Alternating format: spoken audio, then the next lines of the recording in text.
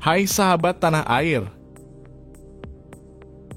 Happy Land, kawasan kumuh padat penduduk yang berada di kota Manila, Filipina, yang memiliki makna kontras dengan kehidupan di dalamnya. Happy Land mulailah dikenal sebagai kawasan kumuh sejak beberapa dekade lalu.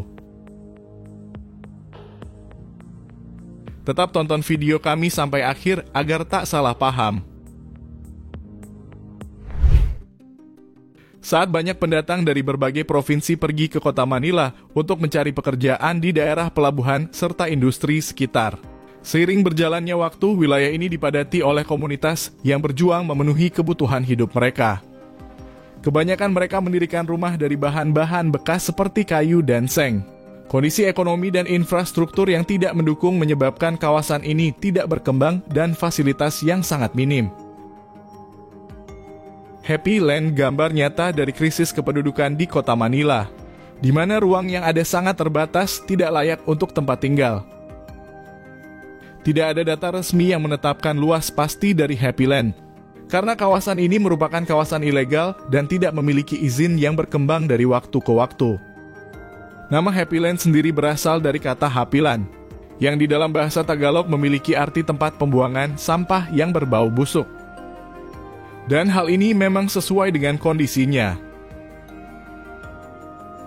Tetapi kemudian kata hapilan berganti menjadi Happy Land. Kemungkinan besar kata perubahan ini berasal dari hasil percakapan bahasa Inggris yang terputus-putus antara penduduk setempat dengan pengunjung yang berbahasa Inggris yang menanyakan nama tempat tersebut. Kemudian nama tersebut diterima oleh masyarakat untuk meredam ketidaknyamanan ketika mendengar nama asli tempat tersebut.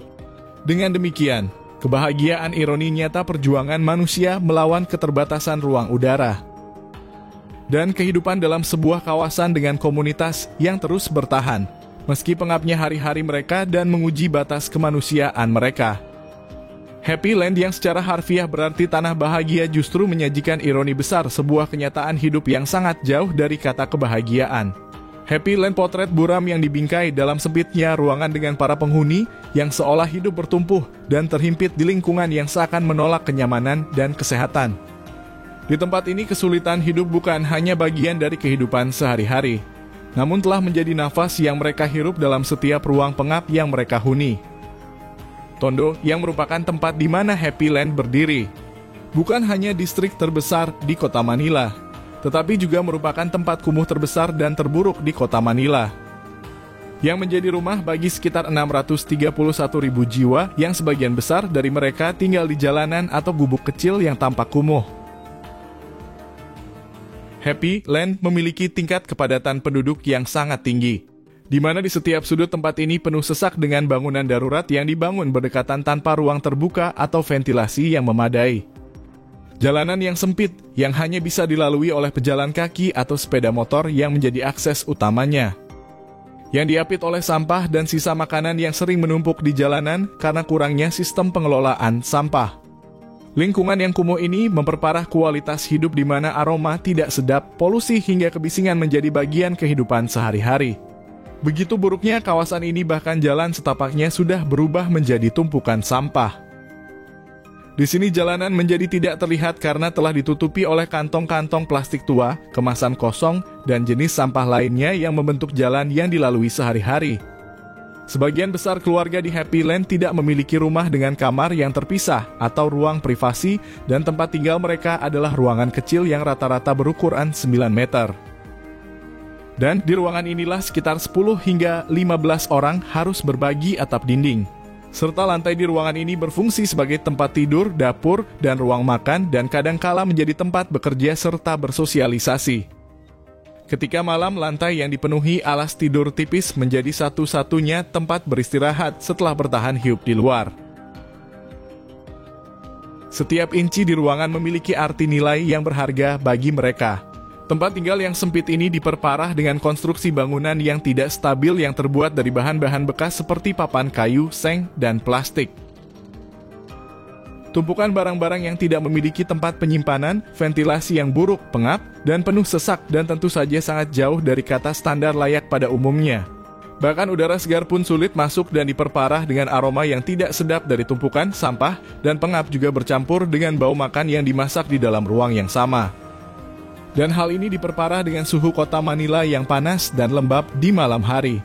Menambah tekanan membuat mereka yang tinggal di dalamnya terbangun berkeringat dan merasa tercekik di dalam rumah mereka sendiri. Bagi anak-anak dan lansia, ini adalah pukulan berat bagi mereka. Anak-anak sulit untuk belajar dan bermain, terkurung di ruang sempit dan tanpa kebebasan ruang bergerak. Walaupun demikian, itu bukan satu-satunya masalah yang dihadapi di Happyland. Keterbatasan ruang bukan hanya menjadi masalah di dalam rumah. Di luar jalanan yang sempit yang hanya cukup dilalui satu orang serta penuh sesak rumah-rumah yang berdempetan. Membuat akses ke toilet umum dan sumber air bersih menjadi perjuangan sehari-hari. Toilet umum ini digunakan berbagi dengan banyak keluarga lainnya. Kadang-kadang antrian panjang menjadi pemandangan biasa, di mana setiap orang harus menunggu giliran untuk kebutuhan dasar ini. Di sisi lain, air bersih menjadi kebutuhan yang sangat langka, di mana banyak penduduk yang kesulitan membeli air minum kemasan atau memasang pipa air bersih. Untuk mencuci, mereka sering kali bergantung pada air sungai atau parit yang tercemar berat yang mengalir berat dari limbah rumah tangga dan industri. Akibat dari kemiskinan ekstrim yang terjadi di kawasan ini, muncullah solusi bertahan hidup dari kelaparan, yaitu pakpak.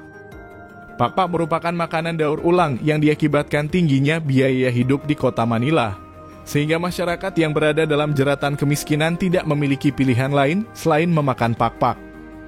Secara harfiah, pakpak sendiri berarti debu yang kita sapu dari pakaian atau karpet.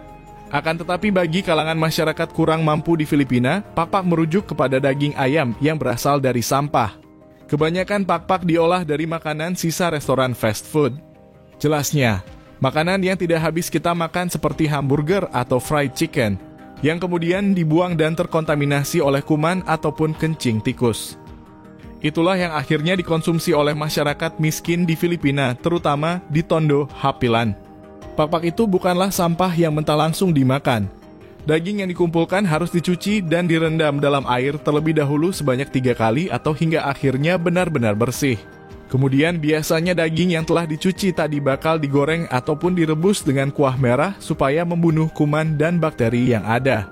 Pakpak bisa dibilang sebuah representasi nyata dari pepatah, "One man's trash is another man's treasure," yakni sampah seseorang merupakan harta karun bagi orang lain. Menjajakan pakpak sebenarnya sebuah tindakan ilegal. Salah satu alasannya adalah karena masalah kesehatan yang bisa timbul akibat konsumsi pakpak dalam jangka waktu panjang. Selain itu, tidak jarang juga ada oknum yang sengaja menyemprotkan cairan kimia ke sampah yang telah dikumpulkan untuk mencegah munculnya belatung. Terlepas dari pelarangannya, beberapa penjual tetap akan menjajakan pakpak, karena sejauh ini mereka belum pernah menerima komplain terkait masalah kesehatan dari pelanggan.